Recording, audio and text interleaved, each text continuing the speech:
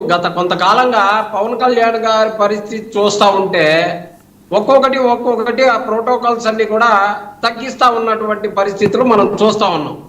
అంటే ఇప్పుడే కాదు, గతంలో ప్రధానమంత్రి గారు వచ్చినప్పుడు కూడా, ప్రధానమంత్రి గారు స్టేజీ మీద ఉన్నప్పుడు చంద్రబాబు నాయుడు గారు వారి అబ్బాయిని దగ్గరగా పిలుచుకొని ప్రధానమంత్రి గారికి పరిచయం చేయటం కానీ, లేకపోతే నిన్నటికి నిన్న పవన్ కళ్యాణ్ని ఒక మూలన ఇసిరేసినది. ఎందుకంటే అరటిపండు ఆటలో అరటిపండు లాగా వాడుకున్నారు, కావాల్సిన ముఖ్యమంత్రి అయ్యారు, అన్ని జరిగిపోయినాయి.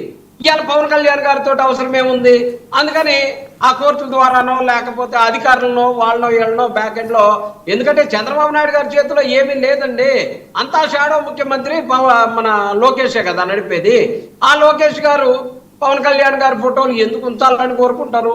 అటు జరిగేటటువంటి వాటన్నిటిని కూడా వైఎస్ఆర్ కాంగ్రెస్ పార్టీకి సంబంధించినటువంటి సానుభూతి పరులుగా ఉన్నటువంటి అధికారులు పవన్ కళ్యాణ్ గారిని తీసేసి ఫోటోలు, ఎవరికి అవసరమే ఉండదు సార్, అధికారి వాళ్ళ ఉద్యోగం వాళ్ళు చేసుకుంటారు. ఎవరికి కావాల్సినప్పుడు ఆ సందర్భం వచ్చినప్పుడు వాళ్ళ ఓటు వాళ్ళు వేసుకుంటారు, వాళ్ళ పని వాళ్ళు చేసుకుంటారు.